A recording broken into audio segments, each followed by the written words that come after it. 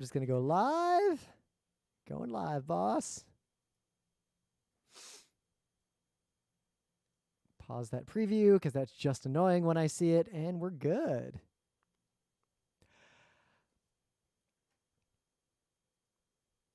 It's Wednesday, March 15th, 2023. I'm Rim. I'm Scott. And this is Geek Nights. Tonight, we're reviewing the new animated show, Moon Girl and Devil Dinosaur. You may know them from Marvel's Snap. So, way back when Kickstarter first came around, and even before Kickstarter, one thing that you and I were both into was having a really minimalist, thin as possible wallet that wasn't like the traditional big-ass leather George Costanza wallet. Yeah, I mean, I still have a really tiny wallet, but my hope these days is that New York will be one of the states that has, the driver's license in your Apple wallet. And then, because literally the only two cards left in my wallet. I do have to carry a Metro card for one reason. AirTrain, there's literally no other way to pay for it. Yeah, but if I want to go take the AirTrain, I would just buy one there. Boop. So fun fact, when I was going to London for this work trip, I took the AirTrain and I get there. Every machine that you could buy a Metro card at anywhere in that subway station at the end of the line where you get on the AirTrain, especially the ones that are near the actual AirTrain entrance, had 10 to 15 people in line. It was like a mob you had to force your way through because nobody had Metro cards and nobody understood it, and it was a gigantic shit show. The only reason I was able to get through that massive crowd is because I happened to have a Metro card in my wallet that I didn't even know I had, that I found when I dug through my wallet. It was stuck between two credit cards, and it happened to have some money on it. Yeah, well, the AirTrain fare has increased to $8.25, right? Yep. Which is a weird non-round number that I hate even more. Right, but let's say I'm about to go and use the AirTrain, right? Being a wise New Yorker. Oh, yeah, you go to a Metro card other than the one in Jamaica, right, obviously. I would just, while I'm about to get on the E, I would go pick up a 1650 Metro card precisely. So right? London, similarly, they got something like Omni now. You throw it out. And in London now, you just swipe a credit card or an iWatch or whatever, just like you do in New York. So, I have a bunch of Oyster cards with money on them, so I'm just using them every time I go to London until they run out of money. Yep. But so anyway, I decided because we had those plastic wallets that we bought that I think we reviewed on Geek Nights and made a big deal about. A long time ago, the plastic one. Yep, yeah. I still have one of those. I use it as I call it my stash wallet or my secondary wallet. All the cards that I need to keep, but I don't need to carry every day are actually in that other wallet. Oh, I have them in a Ziploc bag. I don't know. Yeah. But I kickstarted a wallet a long, long time ago that I've been using this whole time. I've been using this wallet for a long, long time, and I really liked it. It was super minimalist. Had that little carbon money clip on the end. I got a new credit card recently. I actually got a new card, like an Amex, to get some rewards and all that biz. And I did a purge of my wallet, and I discovered that I could reduce what was in my wallet by more than 50%. And that was fine. That was great. The wallet I had kickstarted was so old and had slowly sagged and expanded because of the leather and time and my butt. Cards fell out. Yep. So I took all the cards out of the wallet. I set the wallet on the table, and a credit card just popped out of the wallet and fell on the floor. And I was like, that can't stand. That's going to be a big problem immediately. So I bought what I hope is the last wallet I ever own, and I found a really, really good wallet that is made of metal, and it's only designed to carry a very small number of cards. Doesn't even have a money clip. Of those. Yep. Yeah, there's when we were early Geek Nights with those plastic wallets, right? There were two. There was that plastic wallet and one other company making a plastic wallet. The small wallet was a brand new. I'm sure it wasn't brand new. There had probably been some in the past because grandpas all had money clips and whatever, right? But it's small wallet that only held a few cards and not like 100 photos of your whole family and a plastic window for your license and a whole area, a billfold area. It's like, every single wallet I had up until then was that style, right? The old style that held every fucking thing in the universe. Yep. I used to keep like 5 checks in my wallet just in case I needed a check. Right. The small ones were just becoming a thing. We were ahead of the curve, and now there's just hundreds of them. Yep. Like 10 to 1,000 different choices. They're all pretty much the same, but I'm hoping that, yes, the only 2 cards that are left in my wallet, right, even my insurance cards are in my phone now, are my driver's license, which New York could partner with Apple to get it in the Apple. Oh, they could, States, but they haven't. And I have a credit card in there, but that credit card is also in Apple Pay, and I very, very, very, very, very rarely actually have to swipe the card. I actually don't even need to carry this wallet, and I would be fine most days. Yeah. The only other exception is a FSA card, which I was able to add the FSA card to Apple Pay. And whoa, I would never have believed that would actually work because FSA cards are all weird on the back end. That's exactly right. So I added it to Apple Pay. It showed up in the Apple Wallet just fine. That is amazing. Like that, honestly, I am astonished by that. I'm not done yet. You're not letting me finish. I tried to go and actually use it. Okay. Okay, I am less astonished. It showed up. Even the right picture in Apple Pay matched. It looked like the card. I got so excited. I thought it worked. There was no indication that it wasn't going to work. And then when I tried to use it, it wanted like a PIN number. And it's like it was fighting with me. And I was like, what the fuck is this? Why isn't it just working? And I said, now if I have to go buy an FSA thing, I bring the actual card, which does not even have a chip in it. You have to swipe it like it's 2000 something, right? It's like, so nothing much I can do about that. But I use that so rarely, that doesn't need to live in the wallet, right? It's yep.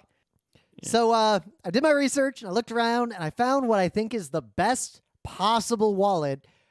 And I really hope this is the last wallet I ever own in my life. It's made of metal. I think it'll last forever. It's way thin. It's way comfy. It's called the Vulkit. And based on all my research, I'm just going to say I think it's the best one. There were some that all looked equivalent, but they were way more expensive. And there were some that looked equivalent that were so cheap with brand names that I did not trust, that were only sold on Amazon and didn't seem to have websites that I also did not trust. This seems to be like the perfect storm of money, and it's pretty good. Yeah. Anyway. Yeah. So, also, it's finally warm. I biked home from work today. How warm could it be? It's like 45 out. It's 43. That's cold. Yeah, that's bike weather. It's cold.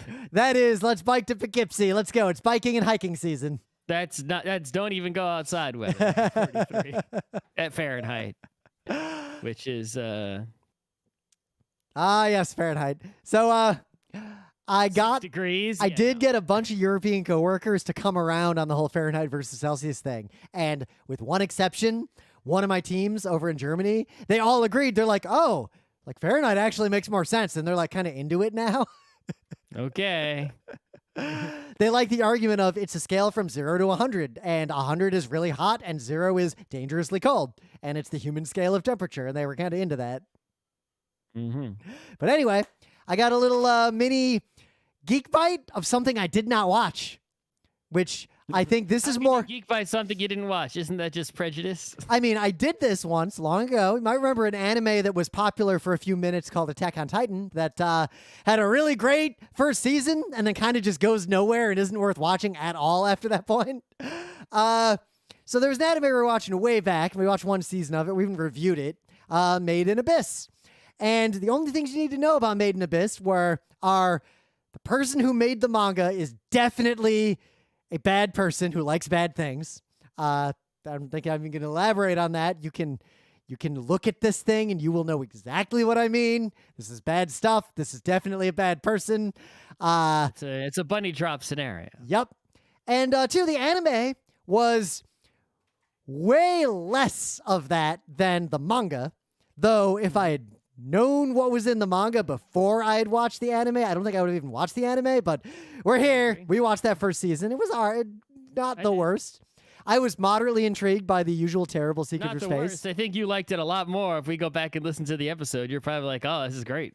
Well, I'm pretty sure I actually did go back and listen to some of that episode because I put a bunch of our anime reviews on YouTube a long time ago, like a few years ago during COVID when I was bored. And we were both really into it, but we also both spent like 15 minutes talking about how we think the creator is creepy and how the show is like right on the line of maybe nobody should watch this and maybe we should just burn this creator's works. Well, So maybe the listener will go back to that episode and verify for him is lying or not. so I'm too lazy. I was vaguely curious, just like with Attack on Titan. I wanted to know what was in the basement, and turns out the answer sucks. I kind of want to know what's at the bottom of the abyss. I am confident the answer sucks. But the reason I'm warning all of you is if you had any intention of watching the newer season of this show, a friend of ours said some words about what happens in part of this season, and I looked at a wiki and confirmed. Unless you are really into underage anal glands, do not watch Made in Abyss Season 2. Just assume that it is not to be seen, that the show just was never made. Just forget about it. All right, well, those 3 words have definitely turned me off Yeah, from watching that show ever again. I read a couple paragraphs of a wiki, and those were the least disturbing 3 words in that paragraph. I'm done. Do not engage.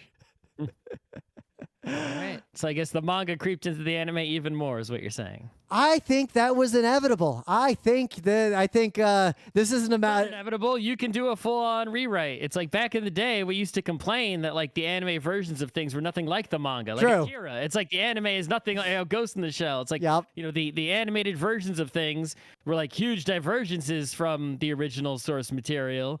But sometimes, like with Trigun, that is literally just better. Yeah, that's another great example. Yeah.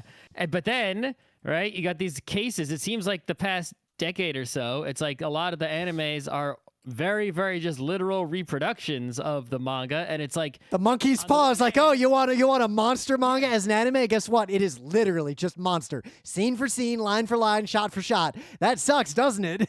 right. It's like on the one hand, it's like, I have this like purist urge of like a nerd, right? It's like I see something like a Spider-Man movie and they'll change something. It's like Spider-Man has biological webs instead of, a device, the web shooter device that he makes. And it's like, I'm mad about that, but it's like, it doesn't need to be frame for frame the exact same thing as a Spider-Man comic, because then what's the purpose of even making it? Yep. Right? It's Or like if you're I've gonna already read that, I need, why would I read it again? Now, if there is medium?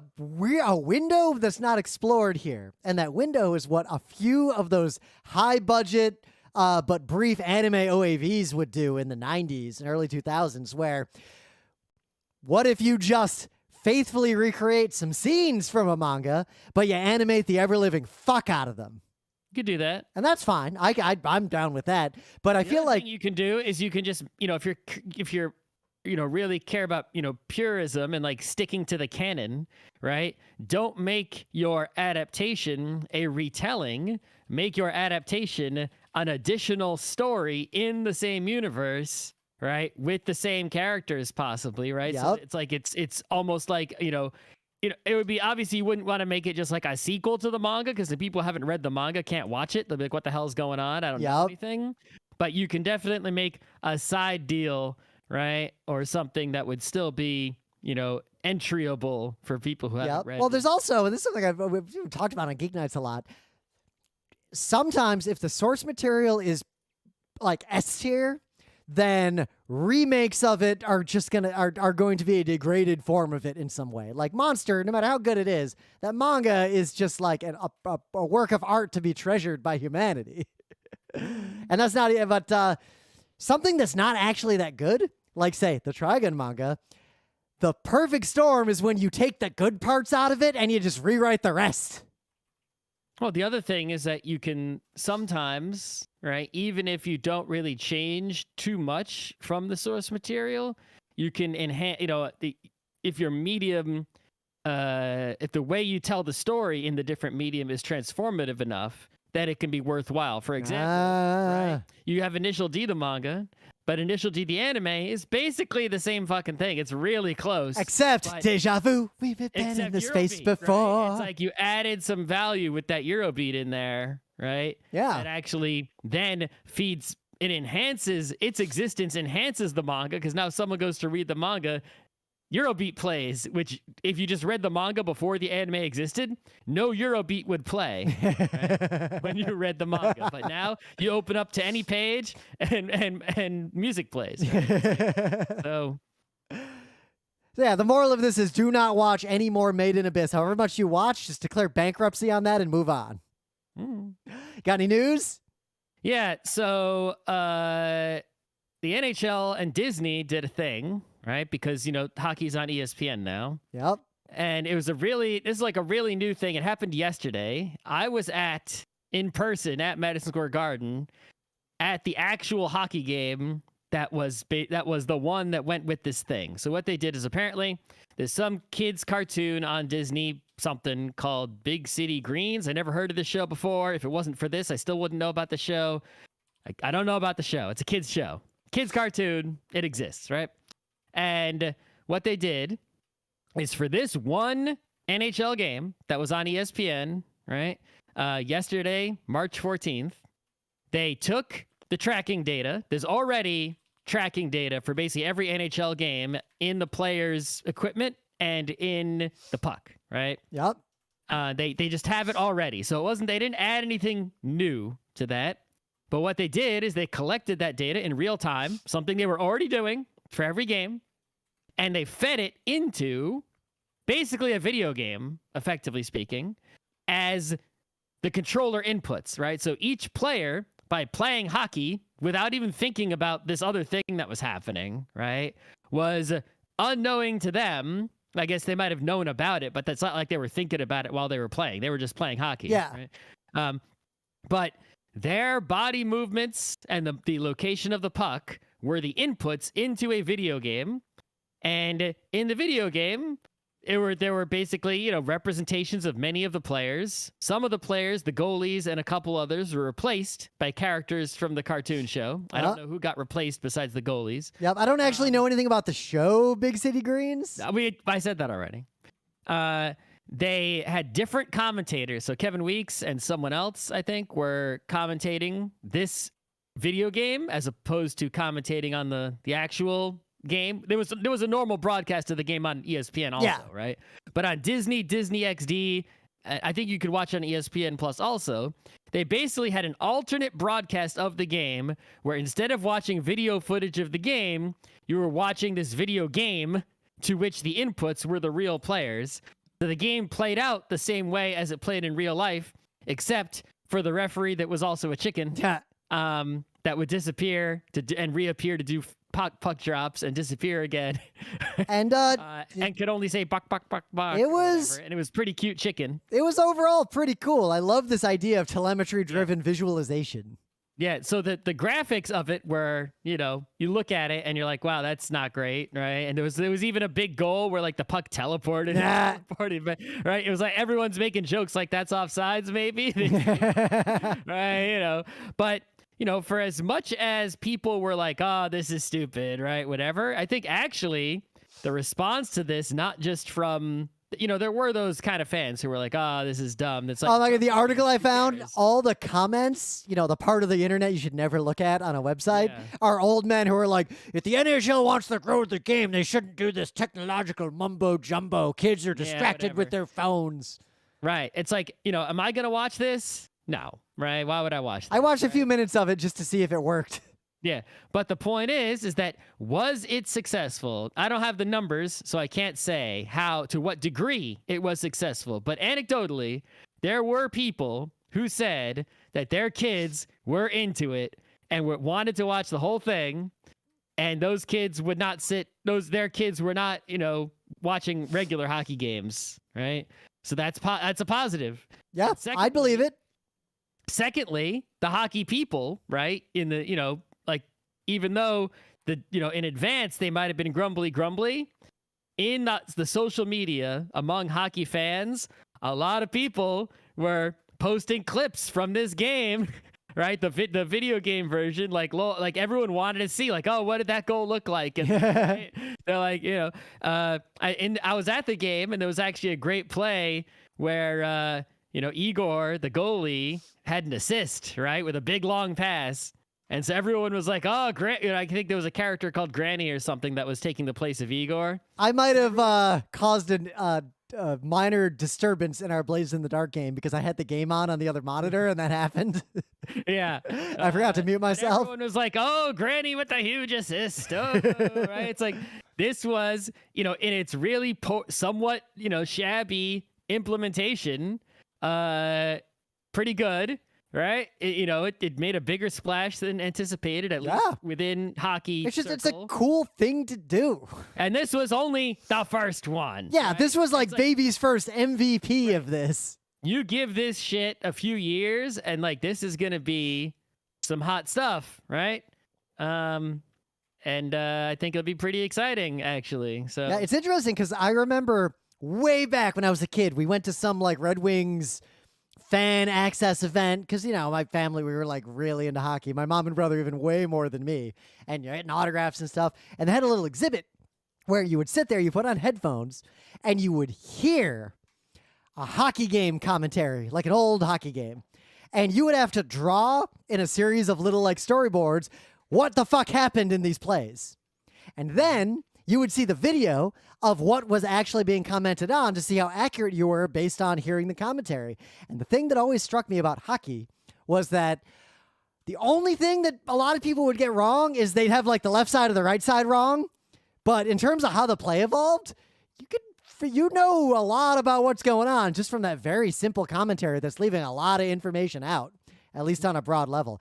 I'll bet you could even train an AI model to listen to commentary and animate a hockey game pretty well. Yeah. I think that, the final form of this really is just full VR sports, right? Where a person isn't on ice, they're not wearing skates, they're not, right? It's like they're just somewhere where there's enough tracking on their bod, right? And they make the movements and they're wearing some kind of goggles, so it looks like hockey to them, right? But they're really just playing a video game. And there is already installation level tennis where you have a person on each side of a full-size tennis court. Yeah, no, you have people standing on either side of a full-size indoor tennis court wearing VR helmets, but not consumer. This is like installation VR where it's using the room and like it's not technology we could get. And you run at full speed and play for real tennis, but you're in a virtual fucked up world. I don't see the point of that though. Well, because there's like pits, don't fall in them, and there's stuff happening, and it's okay. It's not just like you put on the VR helmet and everything looks the same. It's Mario. It's VR Mario tennis. Yeah, is what you're saying. Okay. But this also for sports spectation. Like imagine just if you had a VR headset, if you could buy a really cheap hockey ticket and just watch the game like you're sitting in the front row or sitting in any fucking seat you want, or you're in Igor Shesterkin watching what he sees. Right. It's like they don't, instead of having to put cameras all over, they just need to put enough tracking. Yeah, telemetry kind, right? is... And then for the broadcast of the game, it's like right now, if you're watching a live broadcast of a sporting event, they can only put cameras, in certain places, right? It's like they have to not block the views of the spectators. They have to not get in the way of the players. They can only go where they're like mountable. This limit, how big is the camera that they're putting in different places? And, you can't just put cameras in, but if you're just recreating the game exactly in a digital world, you can just put a camera fucking anywhere because the camera is virtual. Yeah. Right? And telemetry data is cheap. Like if any of you are video gamers, because this is Wednesday, we don't talk about this stuff that much. When you're playing an FPS with a bunch of other people, the only data that's going back and forth between these clients is the telemetry data of where all the objects are and how they're interacting. Every endpoint is rendering a view based on that pure telemetry data. So yeah, I think that this is, most people don't have any idea this even happened. But this was like a first of its kind deal. It happened yesterday. While we were at the game, they were showing some clips of it on the scoreboard in the arena. Ooh. After the fact. But that's a good idea. This is sort of like, if you think about like Hatsune Miku version 1 and where it is today, like this is going to evolve right along that. I think a lot of people are distracted by all the AI, ML, GPT, whatever nonsense going on. And people, I think a lot of people aren't. They're drastically underestimating what this is and what it's going to be. I'm hopeful for this, right? Especially, Yeah. maybe some kids out there are gonna watch hockey now. Yeah, we gotta get more people watching hockey. And last little news, in case you were unaware, GKids, the masters of you want to see some good animation in theaters in America, they're doing once again this year, like in March, end of March, April, May, June, July. A bunch of the Ghibli movies, including the live-action Spirited Away play, are just going to be in theaters all over America. They do this every year, but the play is the new one because basically the live-action theatrical Spirited Away is going to be performed in Japan, and there will be a live stream of it to movie theaters, in the U.S. April 23rd and April 27th. We can just go see it at Astoria Kaufman, like right by us. Yeah, I'm going to probably go to the movie theater nearby and, watch it the same time people in Japan are in a theater seeing it, right? Which is, and so they're doing... people don't realize this. It's like, I've known for a while that they do the Fathom events. Fathom events. Yeah, basically one of the things that they do also along similar lines is they'll show the Metropolitan Opera on the screen, either live or recorded. And it's like, I went to the opera recently, and that shit's expensive, and a movie ticket is way cheaper. And you can see that, right? And it's like they don't sell a lot of DVDs of that or put it on YouTube a lot, right? So it's maybe there's pirates out there, I guess, probably, but that's probably the least expensive way to see it, like value-wise, right? So if you don't have a world-class opera house where you live, but you have a movie theater, maybe you should go to one of those. It would probably be worth it. All right, put a little marker there. Boop. But anyway, things of the day. So, do you ever wonder, like, on a modern ship, like when we take the ferry even over to Sandy Hook, there's lifeboats. You ever wonder, like, how they work and what's in them and, like, what a modern lifeboat looks like? Ferry doesn't have a big fancy lifeboat like this. They have some that are only a step down from this. They have the ones that roll out from the side of the boat. Mm-hmm. I found this video because... things have the inflatable ones, a little triangle in front. Yep. But imagine if you're on, like, a cruise ship in the middle of the Pacific, and there's those gigantic orange lifeboats, the ones that are basically just boats. Like, I realized when I found this video... I didn't know anything about them. Like, I didn't even know what they looked like inside, how they worked, nothing. And this video... We've never been in one. Wow. Yeah, like, why would you be? They're not going to let me in one of these. Unless you had some boat training or something, right? Or I guess, do people, when they go on cruises, never been on a cruise? They don't know. They have a muster thing where all they do is make you stand where the lifeboats are going to be and tell you that you might have to get into them, but they don't teach you anything about them. Okay. I learned this because during COVID... when, for some reason, capitalism, cruises were still happening, cruises didn't have to do that muster because that got too many people together in the same place at the same time, and they relatively recently had to start doing that again, and that's why I learned about this, because that was in the news, and then I found this video because I remembered, like, wait, lifeboats, the fuck's even in those? It seems like, a cruise should do more than, like, a flight. But you would think that, but no, cruises suck. You know my feelings on cruises. You have similar feelings on cruises. I'm not a fan of going. There are kinds of cruises that could be cool. I have thought about buy a home on a cruise that goes around the world and you spend 3 years of your life doing that and nothing else. I've also thought about just book a berth on a cargo ship and spend a month going across the Pacific. Like, kind of want to do that for real, not even joking. Well, I mean, it depends on you might go into it with rose-colored glasses, and then, a week in, you're like, that's enough of that. They're like, well, you're stuck in this uncomfortable-ass boat. But worst-case scenario, one, I know they're pretty comfortable. I've watched a bunch of documentaries on this. And two, oh, no, I have to just play video games and hang out with Emily and drink and eat food. And, like, okay, this is way better than my working life. And it costs, like, $6 a day? All right. Anyway, so this is a video that'll tell you what the deal is with modern lifeboats, and it's way cooler than I thought. There's a lot going on in there. A sponsor on this video. I dislike the sponsor. You should not patronize. Oh yeah, but so the secret if you don't know this, I assume Scott knows this. A lot of internet people know it. Ad block can block you between ad block and just paying for YouTube. You don't see ads, but that doesn't block the natural ad read where you're watching like a SciShow video and they pause for a second and then they're like, speaking of blah, blah, blah, blah, brilliant something. The old timey ad read. It's hard to block those. The way you block those on YouTube is if you've noticed, if you hover over the timeline on a modern YouTube video, you see the heat map of what parts of the video people have watched more or watched over and over again. And in any video with ad reads, you'll see a huge hump occasionally. That hump is all the people trying to skip the ad read. So hover over, look for the hump, click on the end of the hump, and you'll always be past the ad read. Well, there's an extension, I think, with community submitted time codes that will automatically skip the ads for you. But Yep. You know what? I tried. Whenever an ad read starts, I just click forward until it's gone. Yep. But the hump is the way to find it, especially if you watch weird videos that no one bothered to put time codes in for where the ad reads are. So anyway, what do you got? So if you ever go see an old timey silent film, right? Like if you're like go on YouTube and look for a silent film, it won't actually be silent.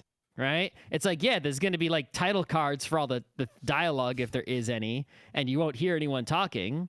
But there's like a little old timey music playing, like doo-doo-doo-doo-doo-doo, like on a piano, probably. Yep. Right? Maybe a few sound effects. That whistle, that whee. If there's a car, it'll go like honk honk or auga, or right? It's like there's noises going on, even though it's a silent film.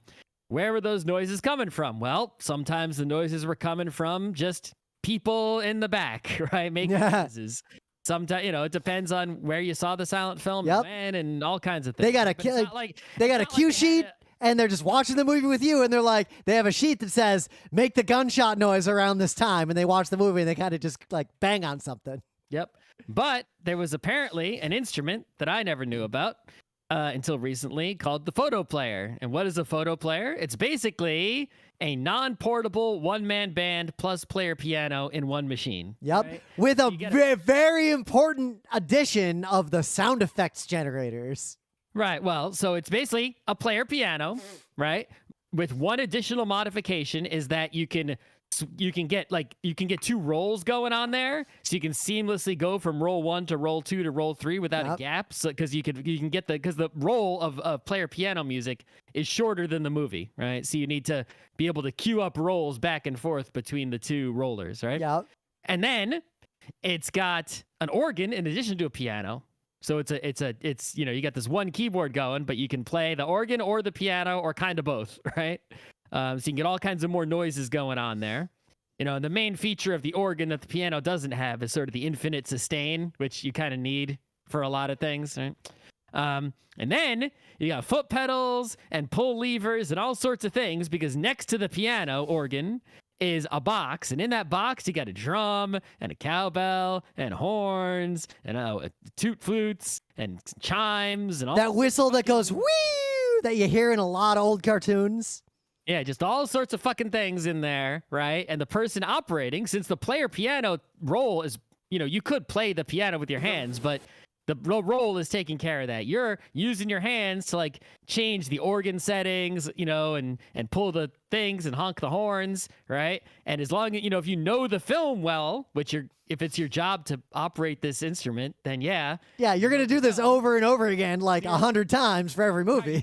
You probably practice with the movie like once or twice before you do it for real, right? It's like the scene where the horn comes in, you reach over and go honk, honk, right?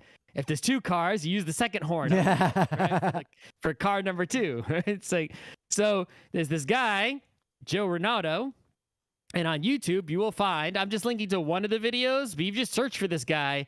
Basically, this old guy has made Fotoplayer like his thing. He is the Fotoplayer guy. Oh, in fact, the video you're He's picking, got one. There's not that many left in the world. The video you picked real well. As your thing of the day, the first comment on it is from him explaining how he got that Fotoplayer, and it is way better of a story than I expected.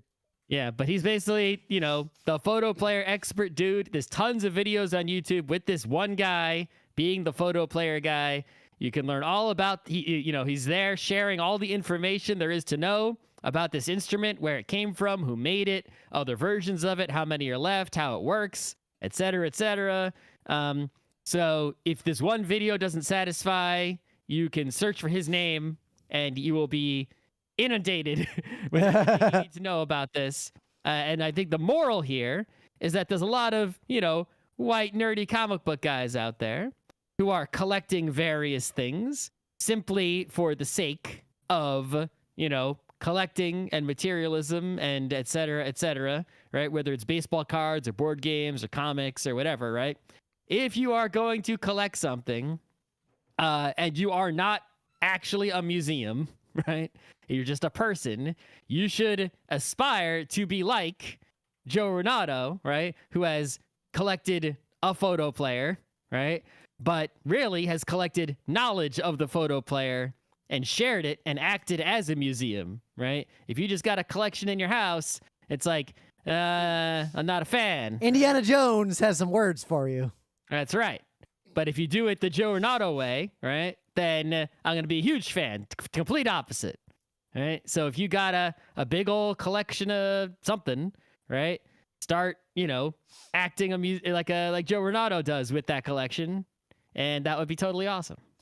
In the meta moment, the Geek Nights Book Club book is The Satanic Verses. Having read the first couple of chapters, this is an S-tier book. It is S-tier literature. There's a lot going on here. Oh, I haven't even read one word yet. Satan has not laid it on me. Honestly, read the first page before you don't even bother. Just read the first page and you'll see what I mean. A lot of shit to do. We'll see. Get around to it. Also, we will be on Thursday, March 23rd, next week, coming up. That's real soon. At 2:30 p.m. Eastern Time in the Bumblebee Theater. We will have a panel that very few people have seen. And even the people who have seen it saw an early prototype version of it, either at a MagFest, where we did it once, or in the video that MagFest uploaded. Or the patrons saw a audio-only version of it with the slides. But I'm already planning a lot of changes to this before next week. Can competitive and casual coexist? And the spoiler answer is, in the same game, fuck no. Absolutely not. Probably not, right? It's tough. If you can make them coexist, you will be a billionaire. Yeah, it's one of those things where it's like, does P equal NP? And it's like, well, I can't say for sure. Otherwise, I'd be like a zillionaire, right? Yep. I'll be famous forever. But we're pretty sure what the answer is, right? All right. So, Marvel, as you know, Marvel's made a bunch of stuff. When's Marvel? So, I'll be honest, I wasn't familiar with the Moon Girl, or I guess originally Moon Boy, or Devil Dinosaur. That was not a part of the Marvel universe I knew anything about. I knew that they were characters in Marvel comic books, but I had never read a single comic book or seen anything that I don't contained them. think I knew that Devil Dinosaur existed until I saw it in Marvel Snap, to be honest. Devil Dinosaur is a character that I knew existed in the Marvel universe, but I had never read even a single comic book or seen any cartoon or anything that had Devil Dinosaur in it. I didn't even have a collectible card with Devil Dinosaur on it, but I knew there was a Marvel character called Devil Dinosaur. And that character was indeed a literal dinosaur. Yep. And that was the extent of my knowledge. I spent, before this show, about 45 seconds reading about, the origin of Devil Dinosaur and the origin of Moon Boy, which came before Moon Girl. And you know what? I didn't know anything about this, so tell me. All I knew is that they were characters that existed with those names in Marvel Comics. The end. So, I don't want to say it's bad, but it's not good. Okay. It's Jack Kirby. Jack Kirby was the one who brought this out. This is 70s Marvel. Moon Boy is a monkey man who comes from a dinosaur planet, and Devil Dinosaur is smarter than him. And I lost interest after that point, so I don't actually know anything else. Okay. But they come from a planet where there's a bunch of terrible crap going on, and it sucks. And I will go read the first issue of wherever that happens and know the deal. It's in 5 minutes. So at least it is in its own comic called Devil Dinosaur Volume 1. All right. Written and drawn by Jack Kirby in 1978. All right. Well, I'm sure that I can read that in about 5 minutes. So I don't think literally anything from the entire history of Moon Boy or Devil Dinosaur in any way matters to the modern Moon Girl and Devil Dinosaur. They might Not as at well all. be completely separate things. I mean, there's no way for me to know if there are callbacks or connections between the two, obviously, because I didn't even know anything about the original. But Yep. if there are, they don't matter. Right? You don't need to know them, and they might not even exist. The only other thing I learned, which if you watch Moon Girl and Devil Dinosaur is pretty apparent within about 4 interactions with the Devil Dinosaur. Devil Dinosaur is canonically as smart as or smarter than a human. Like, straight up, just day one, the Devil Dino knows his shit. So Marvel released Moon Girl and Devil Dinosaur animated show, and the cool thing is, the first episode, which is a straight up Marvel origin story of a character, Moon Girl and Devil Dinosaur, 2 characters, I guess. It's just free on YouTube. You can just watch it. It's like a double episode. The second episode of the show is also just free on YouTube. I think you have to subscribe to something to see more, but those 2 episodes are just free legally. I mean, I imagine it's Disney Plus, right? They're on Disney Plus. I don't know.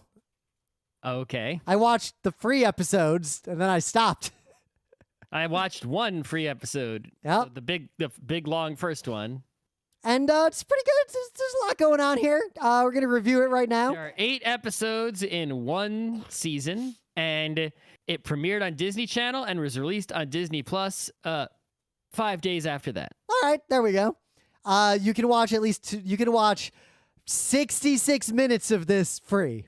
And honestly, if nothing else, I think it's worth watching the first episode because 1, free, like, we can't argue with that. And 2, it's basically kind of a standalone movie. Episodes? I think there might be 11 episodes. If you watch that first episode, it's kind of a 44-minute like mini movie that ends at a pretty satisfying place. And if it's not your jam, you could stop there and still be satisfied.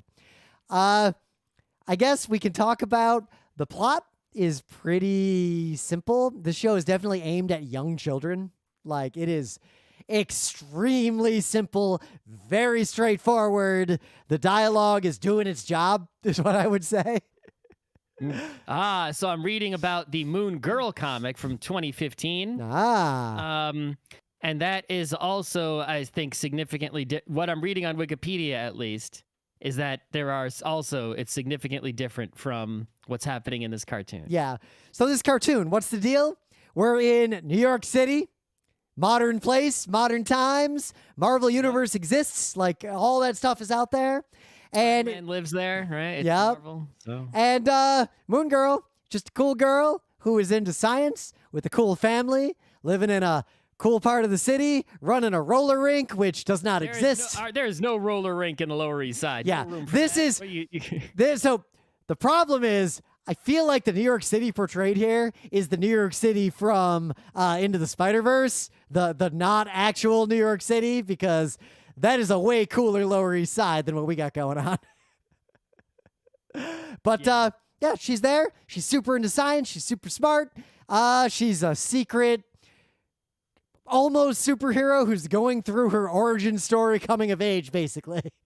Yeah, basically it's a little bit Dexter's Lab going on, right? Yeah. It's like she goes in her bedroom, she goes in like the closet, and it goes down underneath to like a abandoned subway tunnel or some shit. Yep. And she's got, her shit down there, right? So. It is very obvious that her entire family knows what she's up to and approves. Like that is telegraphed from a mile away that they all know the deal. And she doesn't know her family knows because she's a naive child. Yep. Everyone knows. And she's basically living in the cool Lower East Side with a cool family. It's a pretty good representation of an idealized New York City, though it's not 100% real because there's a bodega that's called a bodega. Bodegas in New York don't have names unless you look at city records, and those names they do have a name sometimes printed on the awning, but sometimes nobody calls them by the name that they have on there. And there's often a real name of a business, and that name of a business is they are not what you would expect. They are kind of random. They're all over the place. They're just bodegas. But there's no bodega called bodega. But in this universe, the bodega is called bodega. Okay. But otherwise, she is obsessed with this astronaut who I guess disappeared or something and left some tech behind, and she's trying to figure out the deal, and she accidentally summons a gigantic dinosaur who is totally cool and an awesome pet, and then she becomes a superhero, and that's pretty much what happens. Yep. The thing I liked the most about this show was that in when she's in school, Yep. right, there was this other student who's like the friend student, right? And in the first scene with the friend is portrayed as, first of all, not a friend, right? Yep. As some sort of popular girl who's, you know, the exact opposite of Moon Girl. Living for the TikTok. Who is all into like TikTok, social media-ing, and that sort of biz. And, you know, is like, you know, you think that's going to be like a villain or a bully of some kind, right? Following the typical tropes of a school story, right? It's like nerdy girl and then social media popular girl, and they're going to be at odds, right? And indeed, I think after that first scene, they are sort of, you know, at odds. But basically, like the second, third time, it's like, actually, no, right? They sort of team up. And they team up in a positive way, right? It's like where it's like not immediately, and they team up in a way that is very modern to kids. And this is something I do appreciate too. This show definitely acts like it understands how kids use technology and how their lives work, and the fact that social media and smartphones exist. Mm-hmm.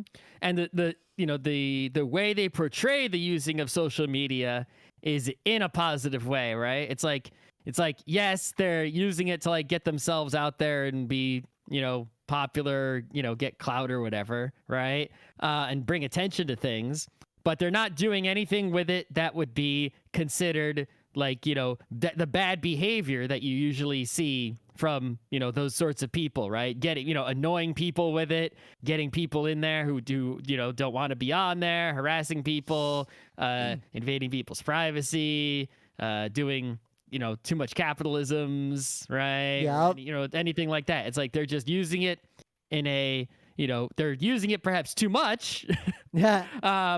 But they're using it in a they're setting a good example of at least how to use it somewhat responsibly. Yeah. The show is largely a lot of kids and adults being pretty good role models for kids, which is a good portrayal. Mm-hmm. The villains are appropriate to the stakes, I think. I mean, Yeah, the first villain really felt like a Spider-Man villain, you know, which is appropriate for a New York story. Definitely. I feel like if she'd actually killed all those people, Spider-Man would have showed up. Yeah, probably. I don't know. Someone would have shown up. But it's like, Yeah, but I the think thing if you're a kid who is perhaps, you know, I don't know if it's I guess it would be about the same age target as a My Little Pony, maybe a little bit older. Yeah, maybe a little younger actually. Could be. It's like around the same, I guess, you know. Yeah, young kids. Like, you Definitely aimed at understand young English. kids. You're too old for Sesame Street, but you know, you're too young for I don't know, Simpsons. I don't know. What But you're especially for, too, something. it is not centering whiteness. It like very directly, and that is clearly a big part of the show. It is decentering that to a strong degree, and it's a very, very diverse cast for a reason. The voice acting, I think it's a you know, New York cast. yeah. And the voice acting, even though the dialogue is extremely simple, the voice acting is spot on. Like, it's very well done, even if the actual words they say are very simple, plot-moving dialogue. But the thing that stands out, the main reason I would say you, as a Geek Nights listener, I don't think we have any, like, 9-year-old Geek Nights listeners, is that the animation is fantastic. You know, Spider-Verse, like, captured a very particular style? Well, this really captures 2D newspaper print comics. The backgrounds are very flat. The characters are very flat. The special effects are done in a really interesting way. This is visually on the edge of stunning, regardless of anything else. I would watch anything animated in this style. Mm-hmm. It's so well done. Right. So perhaps the coolest thing about this show is not anything in the show itself, but the story of how the show came to be. Because none other than Morpheus, the Lawrence Fishburne. I was about to say, because he plays the Beyonder in this show in one of the episodes. Right. So he read the comic book that Rim thinks is probably bad, The Moon Boy, when he was a young, right? And he found out that the Moon Girl comics from 2000 whatever existed. And then he read those and he says, oh, this should be a cartoon. And so he was the executive producer for it, right? But it wasn't one of those situations where like you're just slapping your name on something, but you get no credit. He clearly like believed it. He's like, we're gonna make this happen. He was like, oh, I like, let's make this happen. And he made it happen. The other big name involved, which makes obviously perfect sense, is Steve Loader, right? Who is a Kim Possible, key person. Yep. So, and that makes perfect sense because you look at the show and you're like, oh yeah, I can see the connection. Definitely see it. So I would say anyone who listens to Geek Nights, it is worth it to at least watch the first episode because it ends at a satisfying point. Treat it like a mini movie. The animation's great. There's a lot of good stuff going on. But if you got kids, this show, I feel like it'll hit them. I think they'd be into it. I don't know if I'm going to watch the rest of it aggressively, but I feel like at some point I'll watch it all. There won't be that much of it, I imagine. Yeah, I don't think this is something that I'm going to like go and spend my time watching a whole bunch of, but like if it was on, I would watch it. Right? Oh, absolutely. And then I would tell someone else to watch it, but especially if they are a child in this year. Yep. But am I going to watch it? Maybe. Yep. But more cartoons should be made like good. this. That just means I got no time. Yep. And also television. the devil dinosaur himself is just extremely cute and very well done. Like they have him emote the right amount. I think he's great. I mean, who isn't gonna love, a dinosaur that is intelligent? Also, like a little kid, a 13-year-old girl who has a gigantic, extremely powerful, magical pet dinosaur. She names him Devil Dinosaur because it's a cool name. And I like that that's how they handle, where does he get his name? She's just like, yeah, Devil Dinosaur. Fuck it, let's roll. Yeah, it's like, that's a badass name. Let's go.